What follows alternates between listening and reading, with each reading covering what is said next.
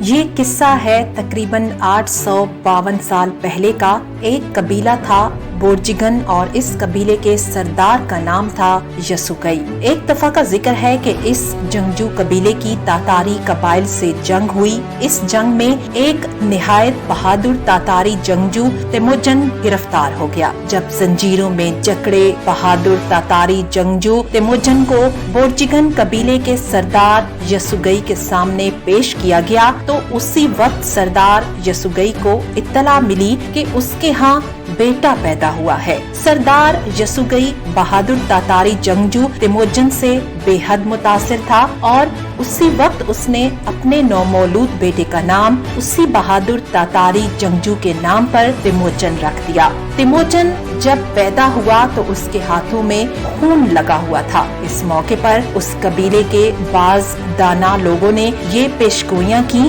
کہ یہ لڑکا بڑا ہو کر ایک بڑا جنگجو حکمران بنے گا۔ تاریخی حقائق کے مطابق آج بات کریں گے اسی تیموجن بچے کی جسے دنیا چنگیز خان کے نام سے جانتی ہے۔ آپ دیکھ رہے ہیں ٹرو انفو نیٹ ورک اور میں ہوں آمنہ گل۔ صحرائے گوپی کے شمال میں دریائے کیرولین اور دریائے اونان کی زرخیز وادیوں میں آباد ان گنت قبائل کے ساتھ ساتھ منگولوں کے بھی قبائل آباد تھے۔ منگول وحشی قسم کی شکاری قوم تھی۔ چونکہ یہ علاقہ برفانی تھا اس لیے انہیں برف باری اور سردی سے بچاؤ کے لیے کھالوں کی ضرورت پڑتی تھی، جس کے لیے یہ لوگ چھپ کر گھات لگا کر جنگلی گھوڑوں اور بارہ سنگھوں کا شکار کیا کرتے تھے۔ سردی سے بچنے کے لیے یہ جانوروں کے گوشت کے ساتھ ساتھ ان کی آنتیں تک کھا لیتے تھے اور ان کا خون بھی پی لیتے تھے۔ جس وقت تیموجن پیدا ہوا اس کی قوم سینکڑوں خاندانوں میں بٹی ہوئی تھی اور اس کا اپنا قبیلہ بھی ان سے ناراض ہی تھا۔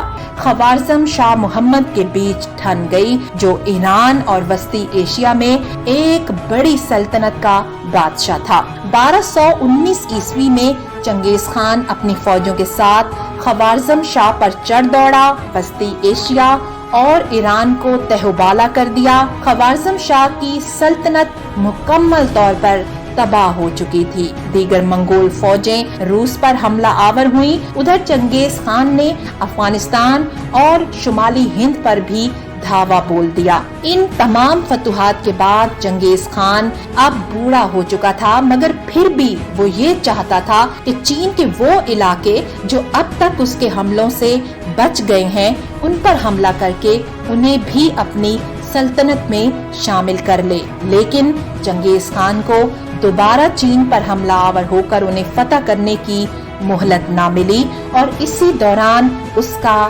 انتقال ہو گیا۔ مرنے کے بعد اس کی لاش کو چھکڑے میں لاد کر صحرائے گوپی کے پار اس کے مرکزی شہر قراقرم لایا گیا۔